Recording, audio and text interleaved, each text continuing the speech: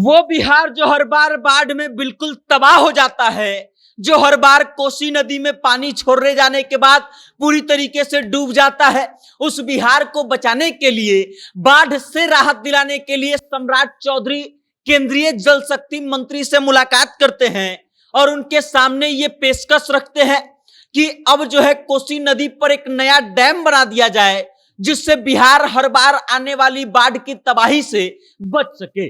और इसके कारण होगा क्या कि अगर कोसी नदी पर डैम बन जाता है तो बिहार के लिए जो पानी छोड़ा जाता है नेपाल के द्वारा, उससे बिहार तबाह नहीं हो पाएगा, उससे बिहार बहुत हद तक बच जाएगा और बिहार की ज्यादातर समस्याएं जो बाढ़ से संबंधित होती है वो खत्म हो जाएगी। अब पूरी खबर क्या है, सम्राट चौधरी ने जल शक्ति मंत्री से मुलाकात करके क्या कहा है, जल शक्ति मंत्री ने क्या कहा, इन सभी मुद्दों पर विस्तार से बात करेंगे और आपको बताएंगे। लेकिन उससे पहले आप हमारा परिचय जान लीजिए। नमस्कार, मेरा नाम वेद प्रकाश है। आप जनता जंक्शन देखना शुरू कर चुके हैं और कैमरे के पीछे हैं विशाल। अब आइए कोसी नदी पर। वो कोसी नदी जिसे बिहार का शोक कहा जाता है, और शोक इसलिए कहा जाता है क्योंकि जब जब कोसी नदी में पानी उफान पर आती है, जब जब कोसी नदी में पानी बहुत ज्यादा हो जाती है, तब तब बिहार के लिए सबसे भयावह स्थिति उत्पन्न हो जाती है।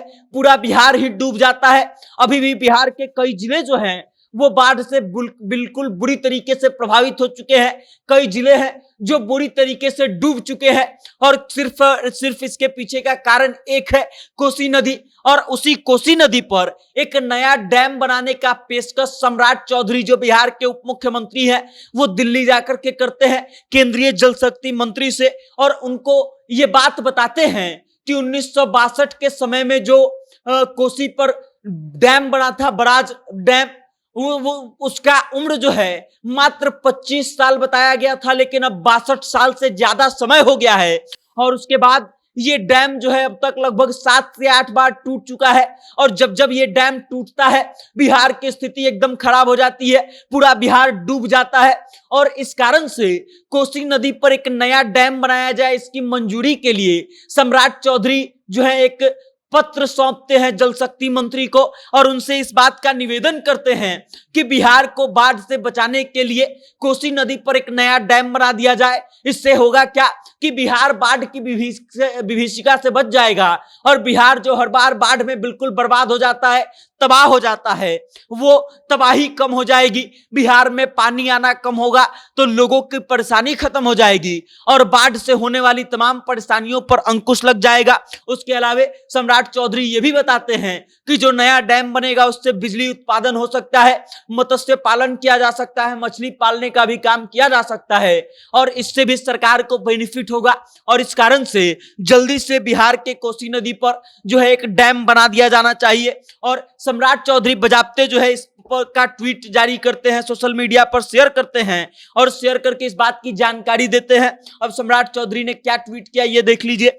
तो आज नई दिल्ली में माननीय केंद्रीय जल शक्ति मंत्री श्री सी.आर. पाटिल जी से मिलकर बिहार में आने वाले बाढ़ के खतरे के समुचित निदान हेतु मांग पत्र सौंपा ताकि जान माल के नुकसान पर पूर्ण विराम लगे। उसके बाद आगे लिखते हैं सम्राट चौधरी कि माननीय केंद्रीय मंत्री जी से नेपाल से दूर भारत सीमा अंतर्गत कोसी नदी पर एक नए बांध के निर्माण की बात रखी। उन्होंने तत्काल कार्यवाही की सहमति दी। और कमाल की बात यह है कि ये जो निर्माण किया जाना है डैम, ये नेपाल की सीमा से दूर बिहार में किया जाएगा। बिहार में करने का फायदा ये होगा कि जो नेपाल अपने मन से कभी भी पानी छोड़ देता है उस पर भी अंकुश लग जाएगा।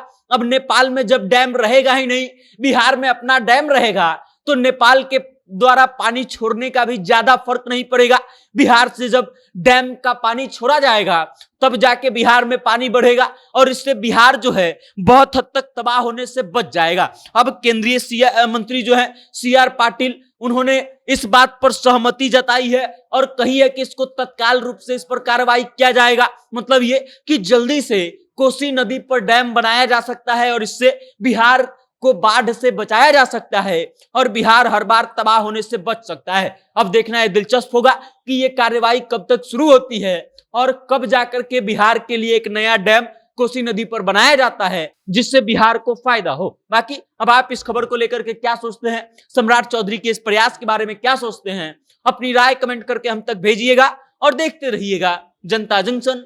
बहुत बहुत धन्यवाद।